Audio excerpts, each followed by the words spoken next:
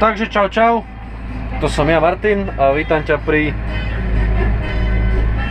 ďalšom agrovlogu. A v dnešnom agrovlogu budeme siať jačmeň v trošku náročnejších podmienkach. To všetci vieme, aká je tohtoročná jar. Jar v podstate. Respektíve už od jesene, jak sa to ťaha, jak je mokro, jak je vody veľa. A bol teraz pekný čas, keď sa dalo. Len v prvom rade sme robili svoje pozemky, toto sme na službách. A hovorím, kým sa robili naši, tak sa nedalo druhé. Tak sme sa konečne vrhli aj do tohto na službách. A túto parcelu, máme už večer, ale túto parcelu môžete poznať z predchádzajúceho vlogu, myslím, že nie posledný, ale predposledný vlog. A tu sme na tejto parcele siali kukuricu vtedy.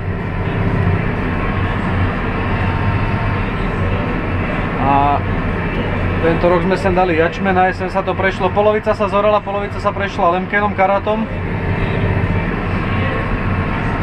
A kombinácia, máme tu sejačku Josk, ktorú vyrábali kedysi na Bojnej, ale oni vyrábali viacej toho náradia, že aj nejaké radličkové kypriče tam mali.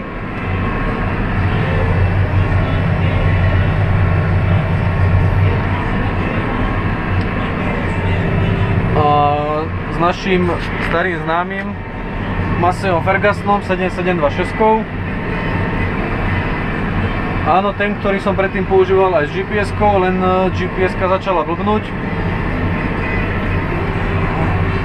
Ak by sa tu našiel niekto, kto má takúto istú GPS-ku, tento Miller Electronic, tak sa mi kľudne ozví do komentáru. Potreboval by som s tým zopár rád by som potreboval, jak s tým si poradiť. Mám problém, že nechce automaticky, nechce ani domalovať, už začalo, ale nechce zopnúť líniu na volant. GPS-ka je zapnutá, aj volant je zapnutý, ale aj takto nejde.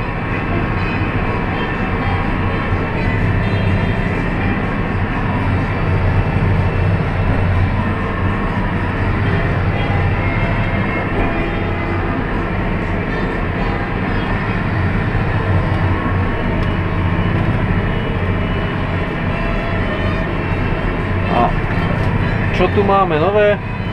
No, vlajočky pribudli slovenské.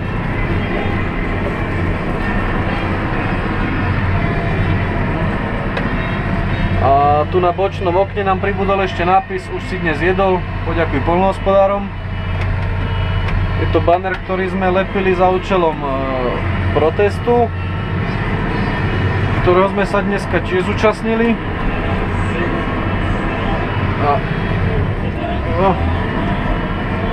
Rovno z protestu odpojiť vlečku, keď sme mali zapnúť sejačku a letieť dosiať týchto 8 hektárov, čo je na 3 kúskoch vlastne. A snažím sa to ešte o nejakých 15 minút, lebo o 6 hlásili dážď ďalší. Ale hovorím, na traktor sa mi nejako nelepí, tam sa mi na gumy lepí dosť toho.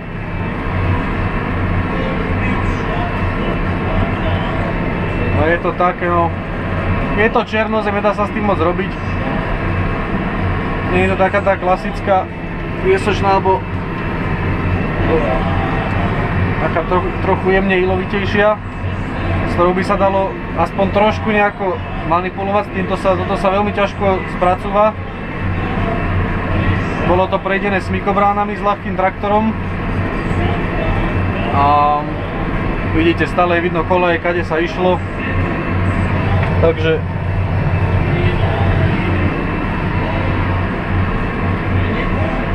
je to také hopskaté. Nedá sa v tom aj nejako rýchlo jazdiť. Tým koľko? 8 idem. 8-7 ako kedy. Keď chytím takú kolejkera celá húpa, no aj táto už začína byť taká, ale keď chytím takú, ktorá kompletne celá húpe, tak to fakt stojí za to a hovorím, vtedy sa aj spomalím, o dosť spomalím, lebo však zdravie a chrbát máme len jeden.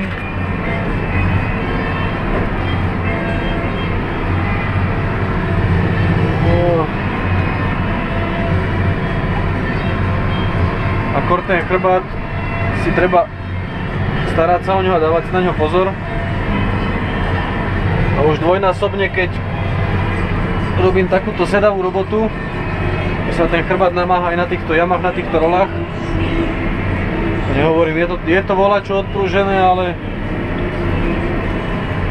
zase až toľko to nepomôže, ak by to malo. Alebo nejak malo, ale aby sme to skôr chceli.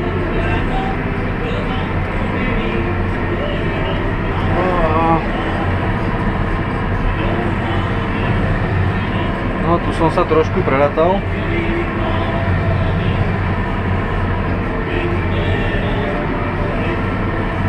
Aha, si trošku musím podsúvnuť.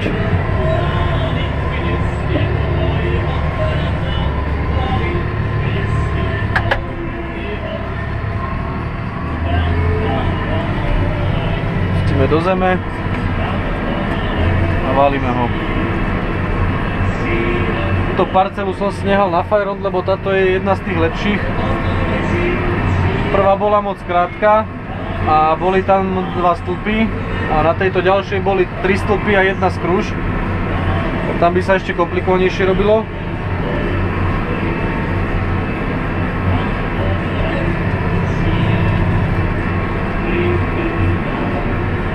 A toto je taká chuťovečka. Tu je jedna jediná skruž, je tam vzadu. A to budem tiež musieť okolo nej zopatrne, lebo je tam plac nejakých 5,5 metra a sejačka má 6.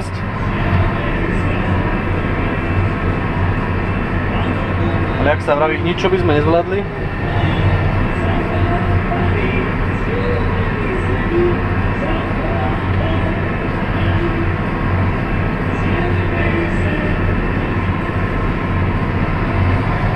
A pokiaľ by som nezabudol, tak by som do videa pripol aj nejaké tie fotky z protestu, čo sú, alebo respektíve čo boli urobené. Keď boli sme v Galante, ale bol to masaker po celom Slovensku, čo som pozeral fotky, aj v Bratislave, dosť toho bolo teraz.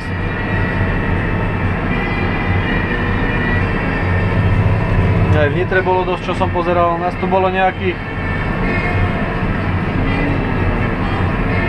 myslím, že 150, nie som teraz úplne istý. Ale boli tam jak veľké traktory, tak malé zetorce aj.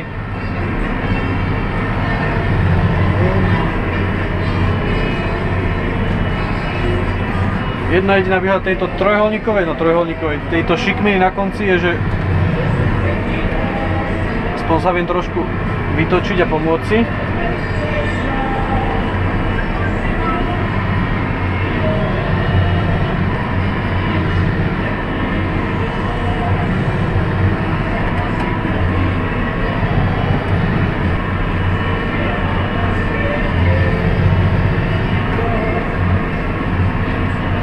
Chcelo by to už, nie novší traktor, no zo pár zmien by to tu chcelo. Možno prevodovku dynavetečkovú, z toho sa mi lepšie robí takéto roboty. Ideálne keby mala ešte aj oné joystick a hlavne tie okruhy. Tak to musím držať, stlačať všetko. Kdežto pri tých novších elektromagnetických, tam by som si len cvakol, nastavil časovač na počítači a robilo by to samo. Nemusel by som takto držať. Tu jak ono ako toto drží chvíľu, ale jakmile príde trošku väčší odpor, dajme tomu, že ak disky padnú do zeme, tak ich sekne a vypne ho. A samozrejme zadné disky, ktoré sejú vlastne výsevné padky, tak sa nedostanú na zem a budú vo vzduchu. Pretože prvé idú disky do zeme predné, vlastne predpríprava, a vzadu potom tie výsevné padky, no disky výsevné.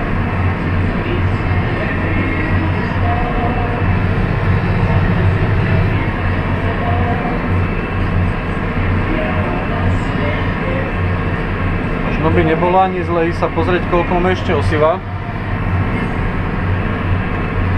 Pozrieme, či ak sa zatočíme.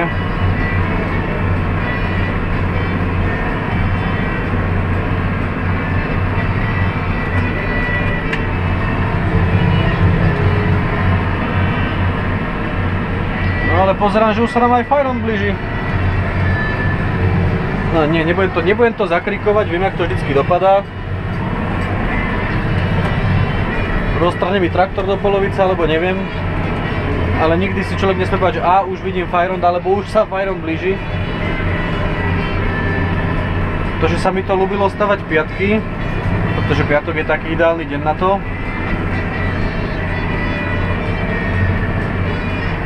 A vždy v piatok, keď som si povedal, že dneska, jak to všetko ide, všetko tip top, buď prišiel defekt,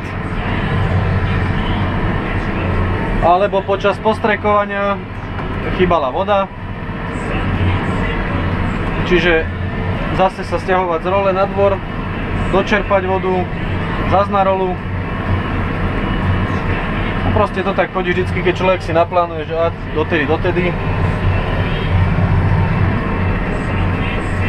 A potom to tak dopadá, že nevychádza to podľa očakávaní úplne. Nie, že úplne, ale vôbec.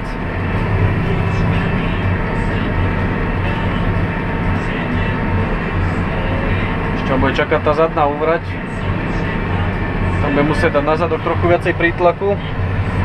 Pretože nie je to nejako extrémne ujazdené, ale je to ujazdené. Máme vlajočky slovenské. Na jednom, na druhom.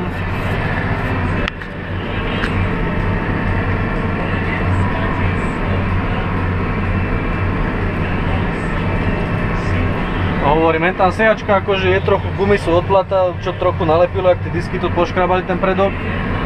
A zase nechcem tie disky úplne zdvihnúť a vynechať to, lebo predsa len spravia tam volačo. A tie disky tiež nejdú hlboko do zeme zase, to neviem, či na centimeter, na 2. No fakt len čo škrabka. Opa, sa nechal trošku uniesť.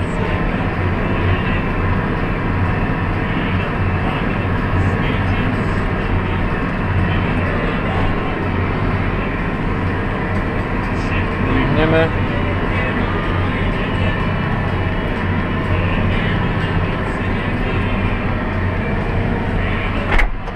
Pneme otačky. Ajha.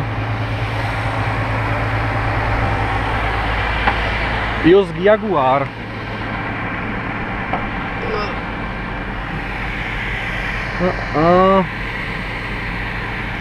Mohlo by to vydať. Však už tam toho není moc. A tak tuto ešte mám 2, 3, 4 prejazdy. Úvrate tam potom ešte ostávajú. Na vrchu myslím, že by mi to vyšlo na 2. Najskôr si spravím tento spodok, ten je na 4. A podľa toho, jak mi vydá tento spodok, tak vonku by som, teda vonku hore by som možno ešte presial viacej trochu, jak sa má.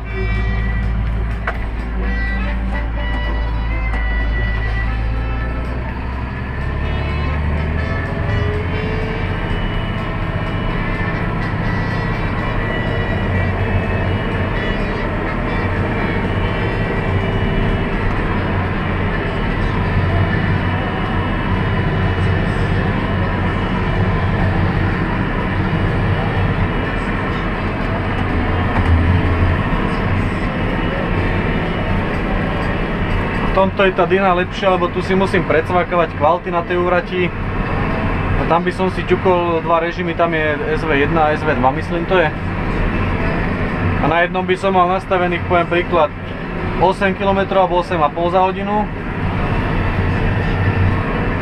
Predsvakol by som si na SV2, kde by som si aj otačky ubral. A ubral by som si tam aj na rýchlosti, poviem príklad, na 4 km za hodinu, čo by som sa len utáčal na tej úvrati. Nemusel by som takto stále ťukať dopredu, dozadu. Ale tak nesťažujem sa, aspoň je to nový stroj. Áno, nový jak nový, 2016 myslím. Aj tak pri aktuálnych cenách, či už je to obilnín alebo za služby, čo sa berú, tak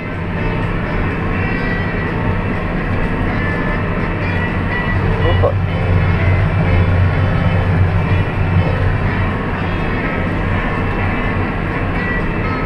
Som rád aj za takýto stroj.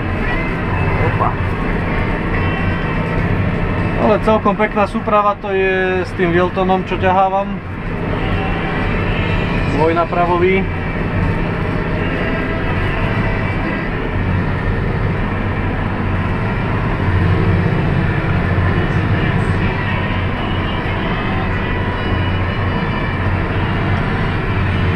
A to bude z dnešného vlogu asi všetko.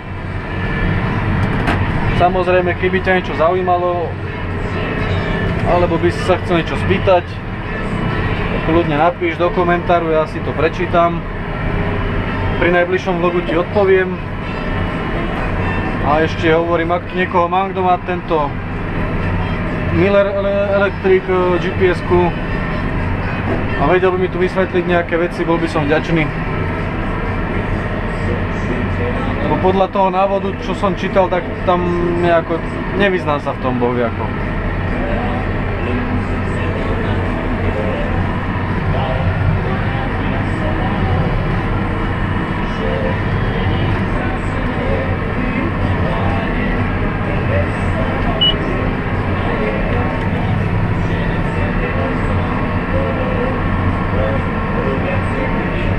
Hovorím, ak sa video páčilo, daj like, odber, nejaký komentár. Hovorím, keď ťa volá čo zaujíma, napíš do komentáru. Ja ti pri najbližšom vlogu na to odpoviem. Poprípade ti odpoviem do komentáru hneď. A zatiaľ maj sa.